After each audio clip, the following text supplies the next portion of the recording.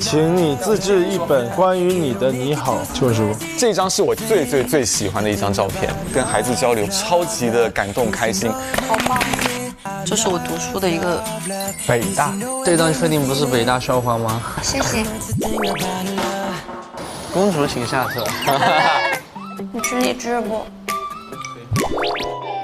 姐姐喂的就是好吃哦。我们应该就是逛，吃好吃的，玩好玩的。你好，你是你的那个到了。非凡会很照顾人，在某一个瞬间让你感觉到有一点跑感。好玩，好玩，好玩！你最喜欢的时刻是什么？最喜欢？我觉得这一刻是最美好的。等下放完烟花，我想跟你私聊一会儿。为什么找我私聊？我觉得我可能一开始给你太贴标签了。借着这个机会再跟你道一次歉好了。柯总，你上来了。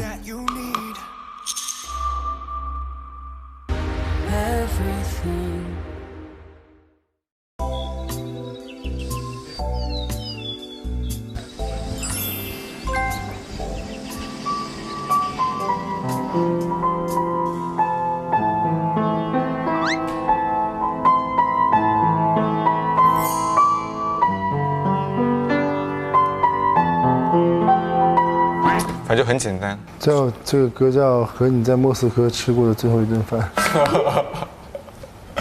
它原本都没有名字，但是你可以听得出来，它我那和弦是天空之城的。这个光有腰带确实不好看，但是我也不喜欢这种穿搭。你今天什么穿？你要吃吗？哦，好吧，我吃。你什么穿的？这如果光它没有加这个腰带，我就觉得很难看，然后我就会加一些腰带。啊，小心思。你咖啡喝了吗？还有那个哦，没有，还喝。这个可以加水和加牛奶。好。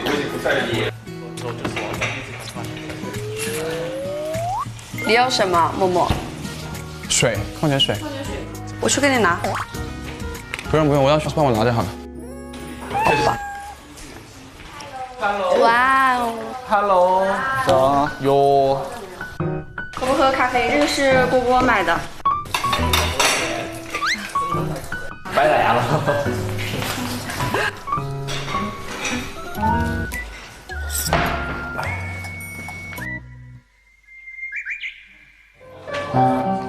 哎，我发现你这个这是啥呀？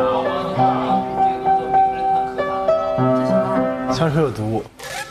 你身上他最讨厌这个歌曲。物理要听的，我这是那个可以点歌吗？啥歌？点首《香水有毒》。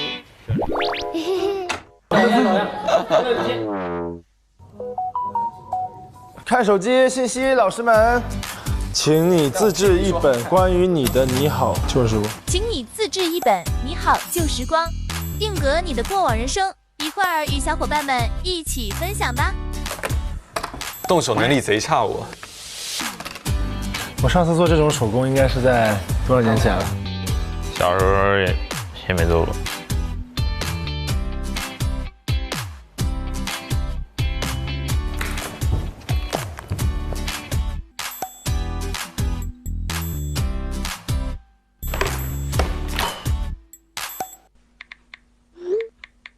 他刚刚我没听到怎么弄，就是在这里放一个照片，然后上面画画还是写字？都可以，所有的都可以。对。那这个粘的，这个是用来干嘛？这个应该是粘照片的吧？粘照片的。这不是插进去就可以了？因为有些人没有，我就没有。哦。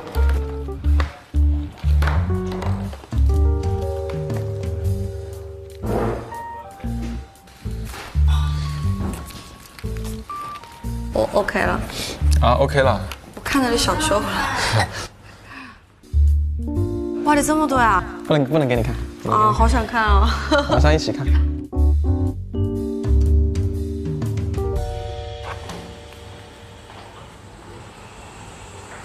OK 了，走不下去了，根本想不起来。你这么多照片啊？我太爱拍照了，太爱拍照了。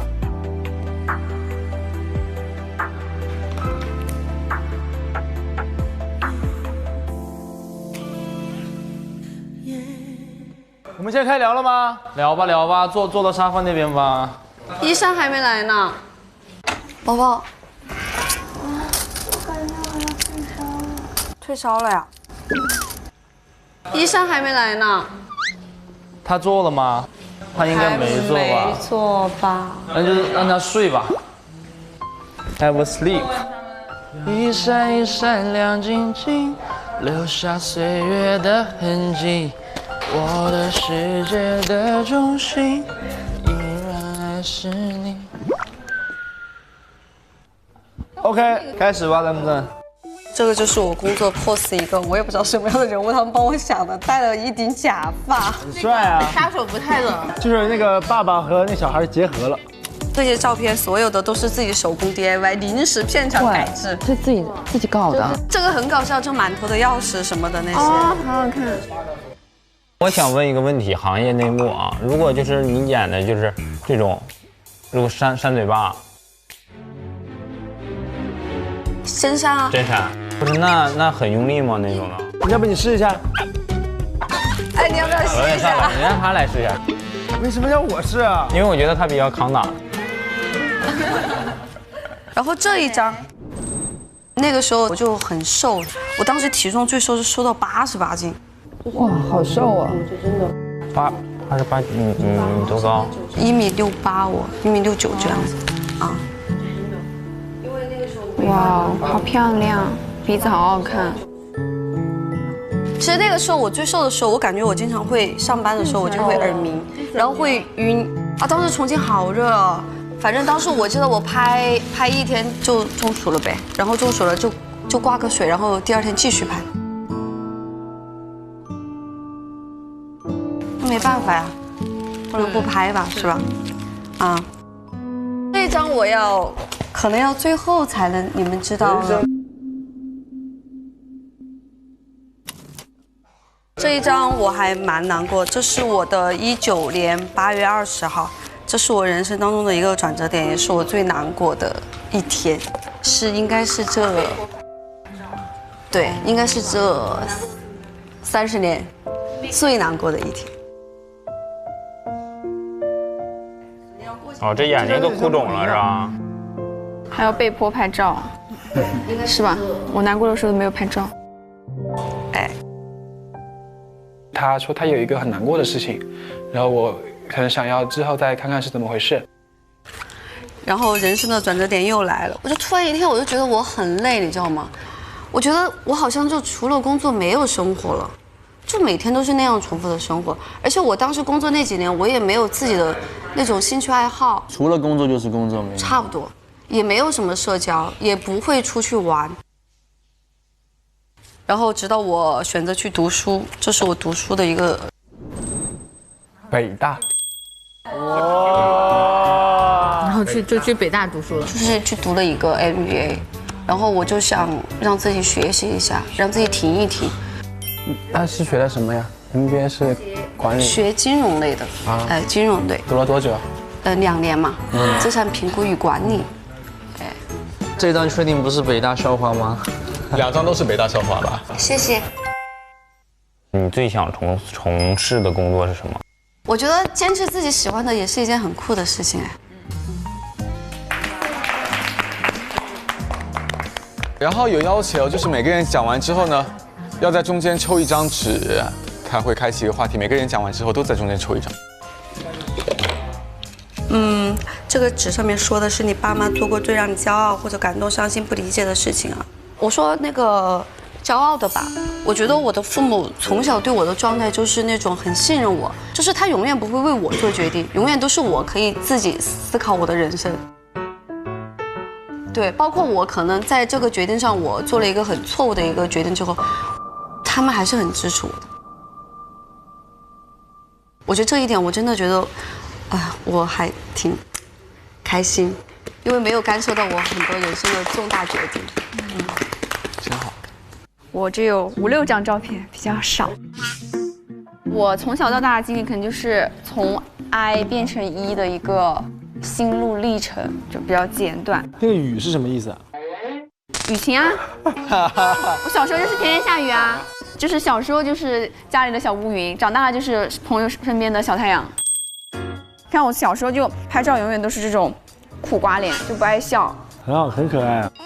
我这个图片说是永远的姐姐，然后这里看得出来画的是什么吗？在就有个大的水果和一个小的水果。孔融让梨啊。对，孔融让梨就是长辈就是总是会让我让着，就是我妹妹，然后还有其他的弟弟妹妹嘛，就总是要我让。那你自己心里是？对，我觉得凭什么？对吧？对，然后但是我从小就被教育说要做个姐姐，就是要多去让着她，就是哪怕小一天也是妹妹，多照顾别人。这个是跟我父母还有我爸爸妈妈的好朋友一起出去旅游，然后这个时候就比较慢慢的开朗一些了，就经常比这个剪刀手，然后喜欢大笑。然后他自己张大嘴。不是你拍照张这么大嘴干啥呀？啊，我就。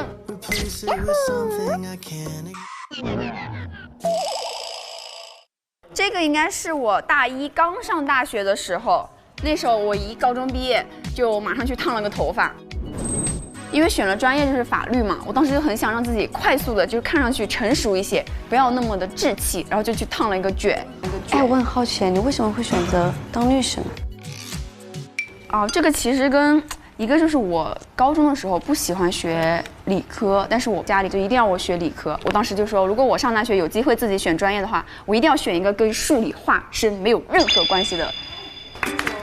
那时候喜欢看小说嘛，然后看到那种影视里面女律师就感觉特别厉害，很帅，然后律政俏佳人，然后没有人敢欺负他，就是他那张嘴就可以秒杀所有人。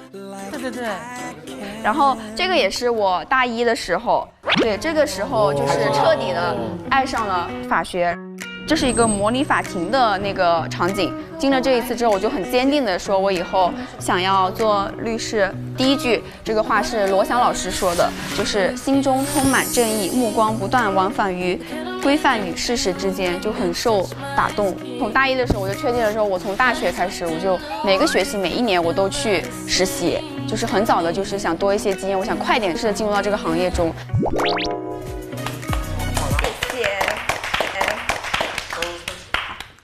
如果你的恋人正在追求的梦想，在你看来非常的不切实际，你会劝他放弃吗？我当时一下就精神了，因为我感觉这个好像和我的处境很相似，因为这个问题和我的秘密有关。我觉得你会。我觉得你会。我觉得那个说谎的人会干嘛？会一辈子怕怕，一定要说实话哟。哦。就是我觉得我也不能说叫劝他放弃吧，就是会和不会，先回答。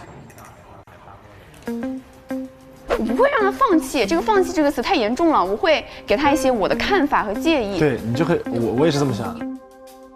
因为我是一个非常尊重他人的人，就哪怕我觉得他做这个事情，在我的视角看来很蠢，很没有意义。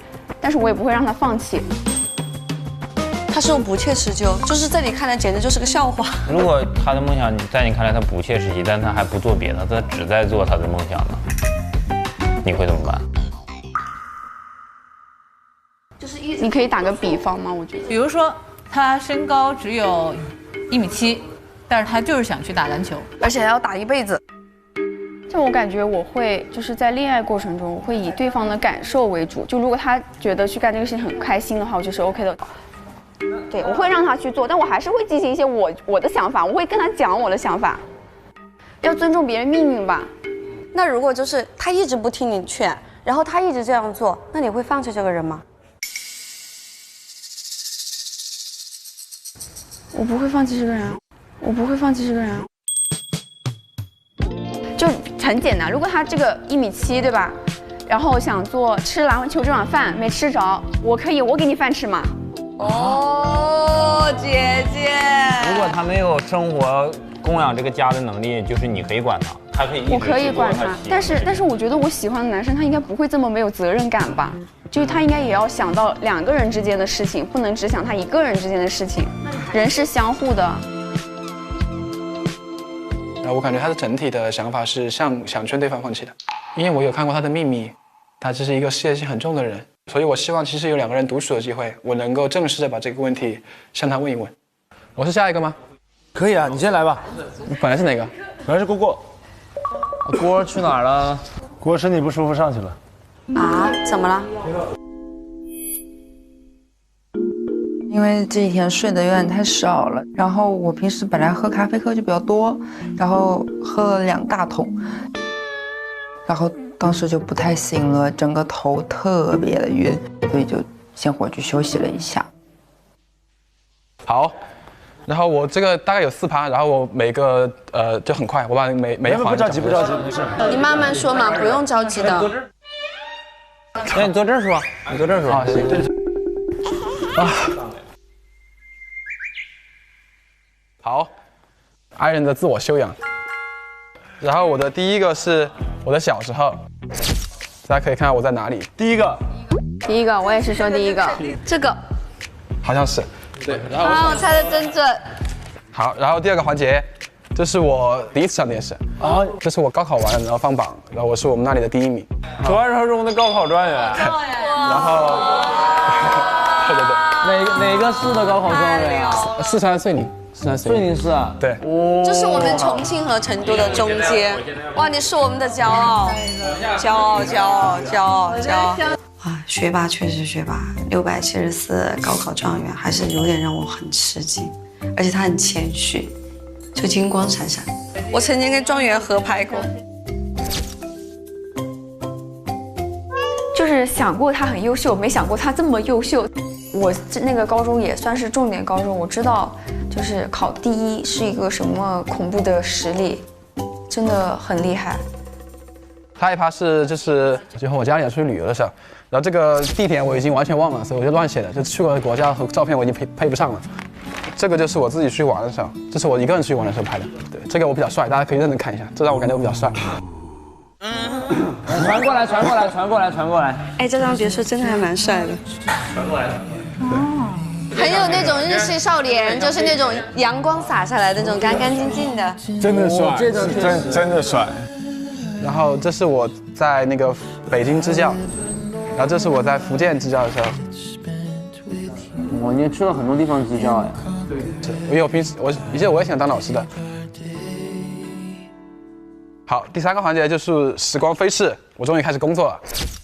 这个就是当时实习的时候我的那个工作台。哦，我有个疑问，你们这个工作真的会很掉头发吗？对，其实我的秘密就是我是假发。没有开玩笑，开玩笑。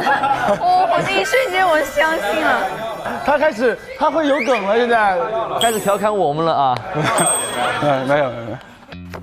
然后哦，对，这个是我的一个秘密基地，这是我充电的地方。啊，这是我偶然有一次开车经过的时候发现的，这里没有人，这里有一个凳子，我就坐在这里，就是凳子没拍进去，然后就看海，可能1个月去个2、3次这种。就自己一个人去吗？对，我就在那里坐着，坐1个小时就好了，就是这样，就这样结束。啊，有水。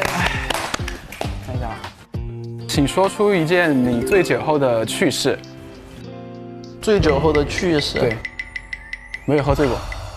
哦，开玩笑。那我们把你喝醉1次，那你再说出来好不好？我喝醉以后，我想起来了，我应该第1次喝就喝醉了。哎，不行，这个答案不能变的，不能变的。你同意吗？同意啊。好，行。因为他性格沉稳，这是大家公认的。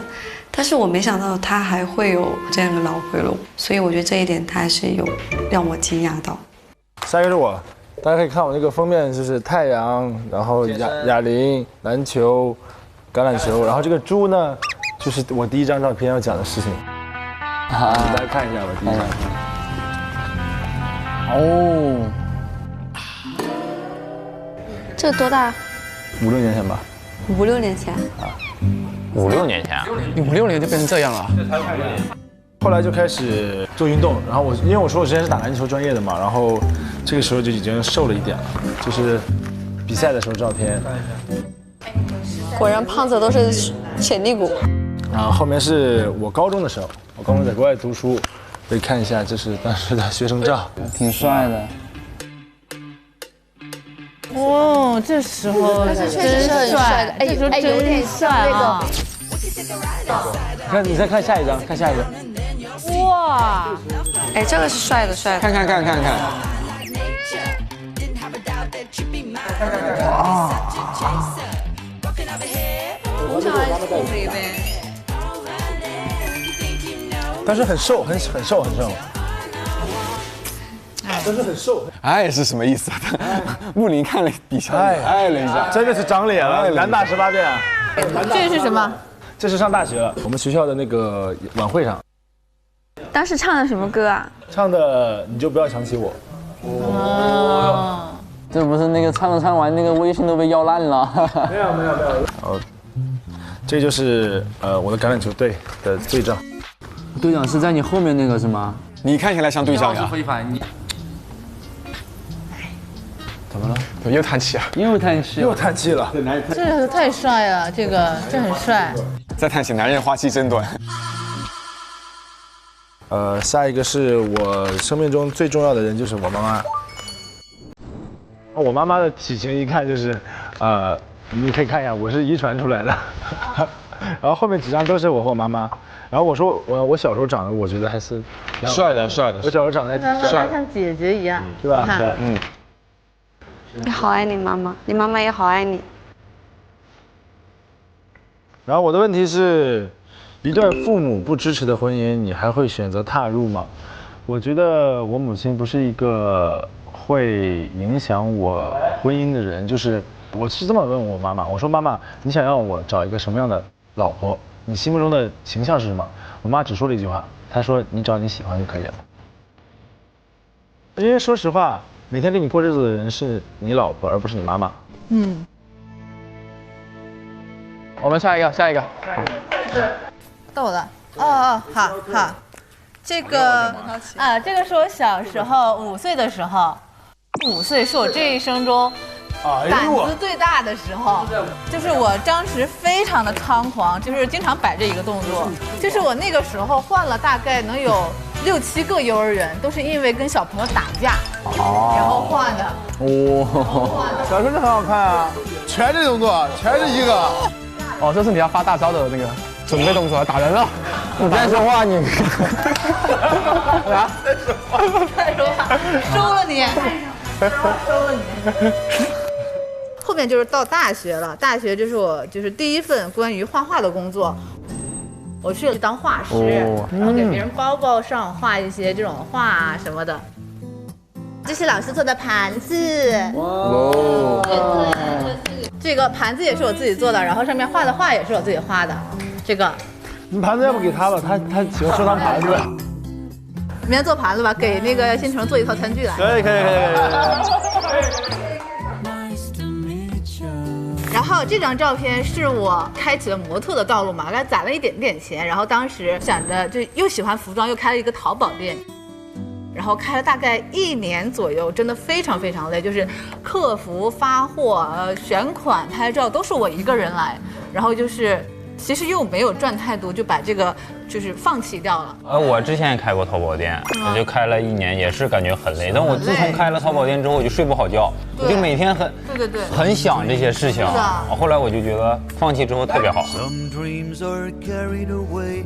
我其实当时没有想过能赚多少钱，就是想的就是这是一个机会，我能去靠自己赚一点钱。我觉得当时就是觉得很厉害的一件事了。然后这个就是我后面就工作忙起来了，然后这个就是我的排表，我基本上就是3个月能休息1、2天的样子，就是每天都在不同的城市。人生相册的时候，我对他的印象比较深。我觉得他的照片第一很多，很丰富的状态，而且我们都是模特工作者，啊，我对他的工作方面的状态呀，还有他上学时候的状态呀，还有他小的时候的状态呀，都是印象比较深刻的，非常的独立。好，那我来讲啊，我的这个相册。人生重要时刻。我有一个比较幸福的事，就是我从小1到8岁的时候，就是父母每年都会领着我去拍照，记录我长大的时刻啊。我就带的都是1到8岁的照片。第一张是我生下来的照片。啊，这是我的一岁长大了一点。我好像也不是很多。开玩笑，长大了。啊，这个清晰一点，这个。小时候法令纹就这么重啊？天生的，少年老成。好的，2岁。太老成了，说实话，他小时候长得挺老成的。3岁的不怎么好看。这3岁就瞅上7岁了，感觉。 4岁，3岁的不怎么好看，我就没。哎，你别说，你从小就是那个大高个儿。对，我从小就小学就长得很高，小学6年级1.75米。哇！那下一个就是2000年进入千禧年的5岁照。这个时候就这个模特胚都在了。那个时候已经摆动作了。我是6岁。你这是从小看到大呀？6、9岁还没4、6岁的穿搭帅了，咋回事？7、9岁。可以，这时候就已经有松弛感。对，这时候就是你看跟腱已经开始变得越来越长。你看到感觉这个感觉上半身都没怎么长，就是只长跟腱了。好了，8周岁。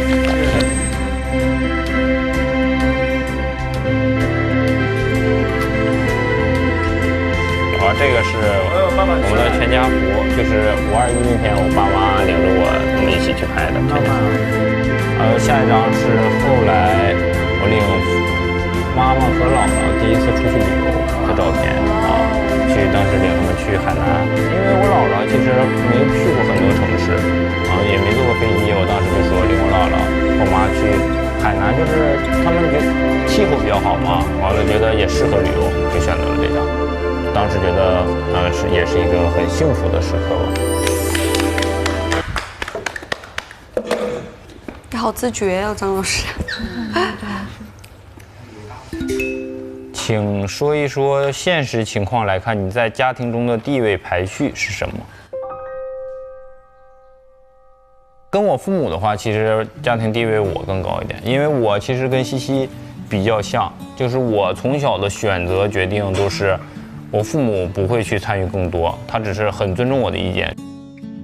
要我和老婆在一起的话，还有小孩，加上小孩就是妻子儿女。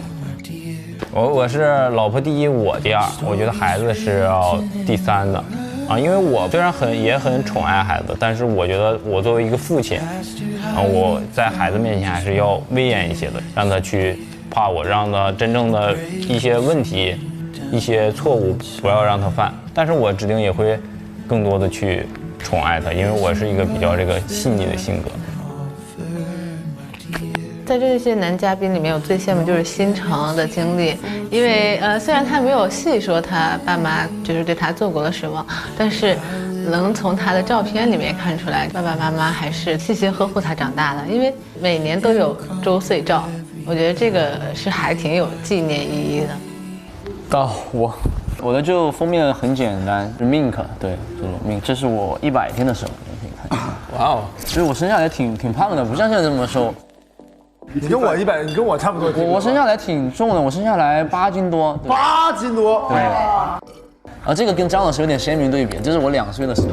好奶啊！然后这个是快上小学了，就吃蛋糕，对，吃了个蛋糕，提了个那个毛绒玩具在那站着拽拽的。这个就是跟我的现在的职业比较相关，这是我第一次上舞台的 live house 上台演出，略显紧张一点，对，就是第一次就我第一次开专场嘛，就是在成都当时第一次 live house 在台上，对，帅。好 ，Hello， 大家到我了。这是邦邦的成长日记，为什么叫成长日记呢？因为成长日记是我的第一个网名。然后旁边呢是白云跟大海，然后我就觉得这个它象征着一种纯洁跟一种自由，比较适合我的风格。然后这个呢是我小时候的照片。啊，这眼这么大啊！哇，好吓人，好大，好羡慕，好羡慕！我从小就是小鼻子小眼的。哦，这个也是我小时候的另外一张照片。啊，这好帅啊！好帅，这个很童心的感觉啊。后面就开始不一样了。哇，这个有点帅啊，这个有点帅。这个呢是我的好朋友们来维多利亚看我，然后就大家一起玩。男人的花期啊，男人的花期。哎呀，对。哦，这是我最开心的一个照片，这个要传阅一下。OK。这个是我在加拿大教那边的华裔小孩中文，然后对那边他们给我画了一幅画，他们呢上面那个画呢上面写的各种各样的 teacher， 有 happy teacher、sad teacher、confused teacher， 但是所有的老师他上面画的都是一个笑脸，意思就是说，其实我在教他们的时候，我永远都是保持微笑的，我永远都不会生气，然后说我是一个很温柔的老师，所以就是我永远都是那一个 happy teacher， 然后我感觉我有把这样的一个正能量跟这样的温柔带给孩子，很有耐心哦。是我最喜欢的一幅画之一，然后让我觉得特别有意义感，我做的事情。然后这一张是我第2张最喜欢的一张照片，我觉得是最有生动，也是对我来说最有意义的一张照片。这个孩子呢，他是有注意力缺陷障碍的，他是有 ADHD 的一个孩子。然后那时候家长把他送过来治疗的时候，是希望我们能够训练他，就是提高他的注意力嘛。但是你知道，有注意力缺陷障碍的孩子，就是真的是2秒钟或者5秒钟，他的注意力都很难保持，而且马上就跟你聊着就跑掉了。然后我们当时呢要有个任务，就是要合作的时候跟他一起从一个正方形里面去撕出一个三角形，然后我那时候特别开心的就是我成功的吸引了他们的注意力，我跟他们成功的把这个任务完成了，然后我看到他们很开心的那个表情，他们那个眼神里就有光，我那时候就觉得超级的感动开心，就是那孩子那种看你眼神里有光的眼神你是不会忘记的，所以这也是为什么我特别喜欢做这样的工作，就是我觉得跟孩子交流或者就生命影响生命的这样的一个工作就非常的有意义。好棒！他说这几句话，我可能这辈子都说不出来，真的。我觉得印象最深刻的相册是邦邦的。今天注意到他，就是因为他之前支教的那种。我很喜欢就是有爱心的人，真的在我心目中的形象比较突然就高大了。今天集体活动，我感觉是我第一次和大家有了比较深的彼此的互相理解，大概的知道大家的性格，我觉得很好。大家比我想象的更加亲近，更加的彼此照顾吧。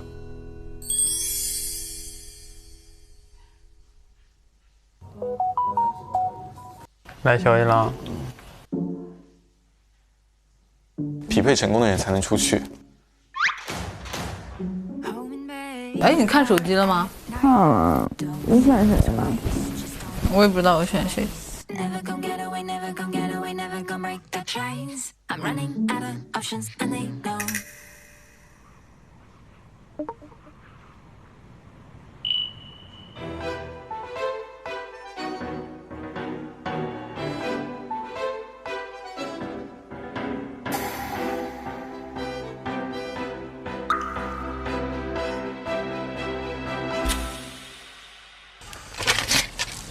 来了，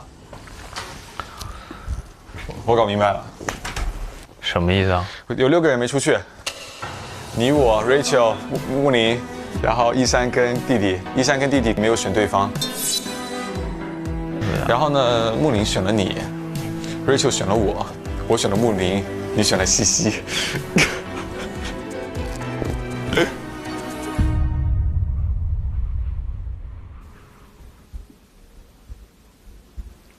我大概因为我大概知道，谁会选谁，然后谁会配对出去。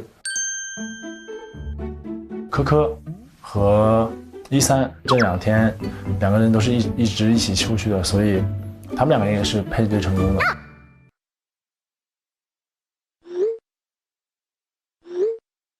没有其他选择，就是不会有其他选择。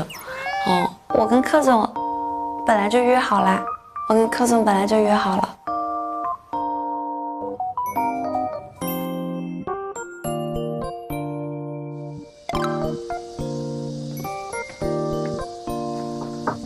来了。你要不，你如果不舒服的话，要不咱们就歇。我们互选成功的其实是可以马上出门的，但是考虑到13的身体状况的问题，就身体不舒服，没胃口，那就再睡会儿，然后再去，就都 OK 嘛。因为就是吃个火锅而已，就比较轻松惬意的一件事情，不需要很赶嘛。歇会儿再出去吃好了。好，那歇会儿再出去吃呗。行，那你给他们说一声。那你先歇着吧，我去给他们说。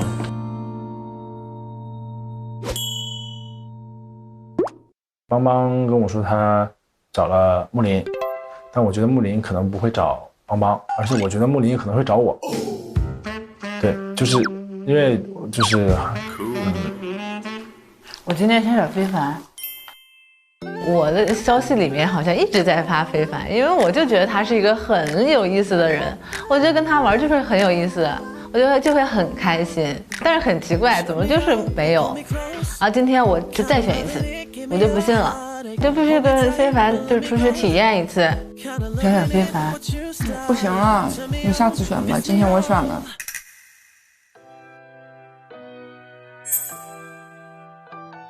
本来身体不是很舒服，然后如果要出去的话，那我觉得非凡会很照顾人。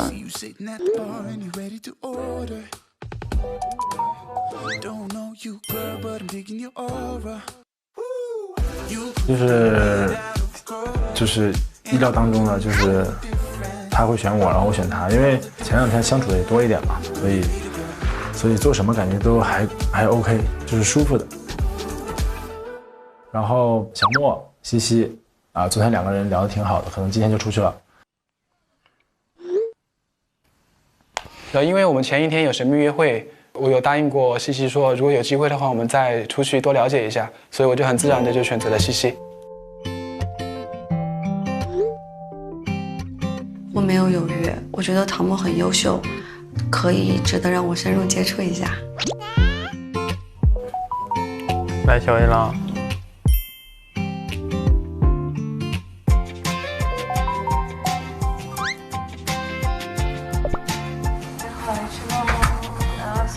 你约会去呀 Yes。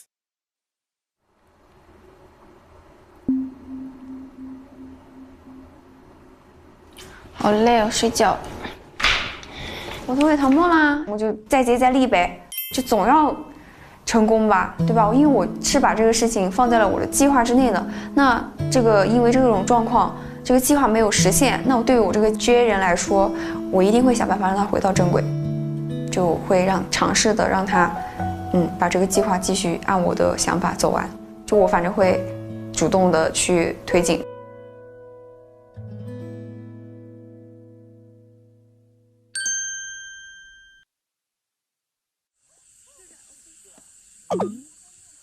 介绍自己的那个照片的时候，郭郭后半场不在，说生病了嘛。他生病了，我不知道他还能不能出来约会。Hello。吃点东西好点了吗？好多了。那个，我跟他们说，一会儿回来我们2个可以去趟超市买点肉啥的，这样回来我们做饭去。完美，终于能吃到你的红烧肉了。那个出来几个人呢？就咱俩。就咱俩。咱俩选对了就直接出来了。挺有意思的，就这2天发生的事吧，其实挺有意思，挺好玩的。他们昨天晚上还有什么秘密啥的这些事，大概猜到了是郭郭。我前女友说我是妈宝男，其实我是特别听不了这个词，我觉得我完全不是妈宝男。我觉得可以跟他出去，稍微去旁敲侧击问他一下是不是他，这也是我选郭郭的一个原因。有啊，有啊，我知道啊。你知道啥呀？你知道他们看不起吧？我知道啊。哦。吓人。有人看了我的秘密，但是我说那我能看别人，他说你不能。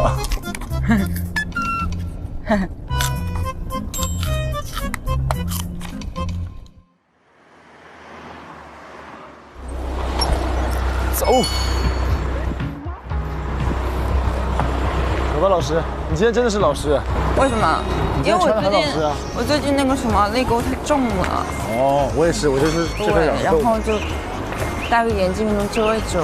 哎，金银街啊，这可能是老城区，我们应该就是逛吃好吃的，玩好玩的啊。I think 我是这么想的。素随便吃，素，不有态度，素。3、2、1 ，OK， 很拽，很酷，很酷，呀！我要是今天这个搞一杯，喝点甜的。可以啊。没，你用对，你喝哪个？扬州原路。哇，哇，热汗蒸啊！跟他最近玩得来，可能也是我俩还算是比较有共鸣一点的。我俩有很多的行为举止又非常的像。真正相见的感情都狼狈，为难找般配。这歌叫啥名字？你知道叫什么吗？忘了，叫暧昧。小时候听的。小时候吧。小时候啦。Really？ 比你大。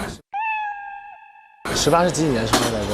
什么？18是05年，对，你是05年。记住了，05年。好。这个是你的。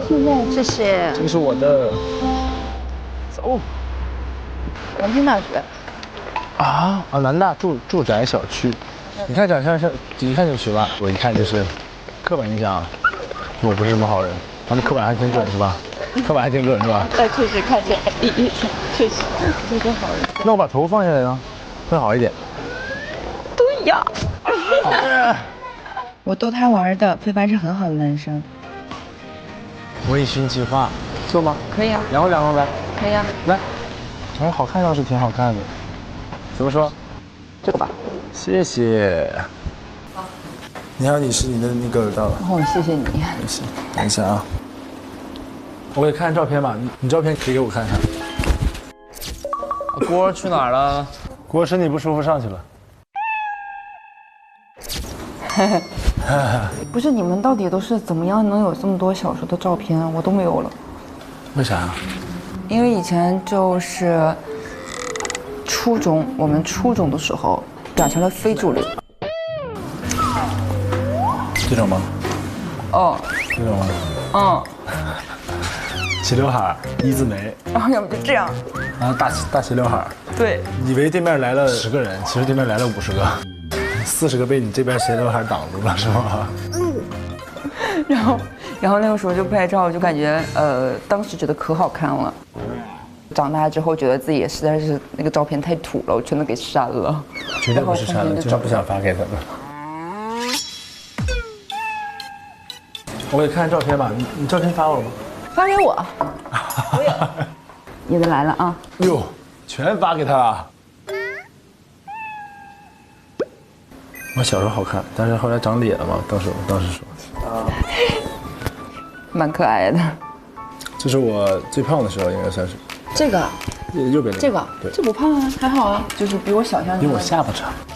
你的下巴也是啊，我们的下颌线都是像刀刻的一般。不好意思，我更胜一筹。确实我还是有点胖。然后这是我在国外上高中的时候。这么奶啊？这是我学生证的照片。这就在哈尔滨啊。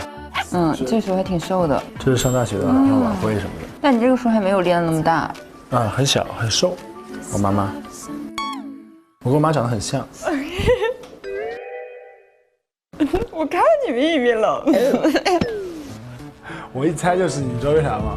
为啥？因为你有口音，老师。什么口音？你不是给我留言了吗？我不是变声处理的。有变声啊，对啊，但是也有口音。笑死我了。那你就知道了。我昨晚一顿分析，我把那个视频大概看了10遍，绝对是东北味儿。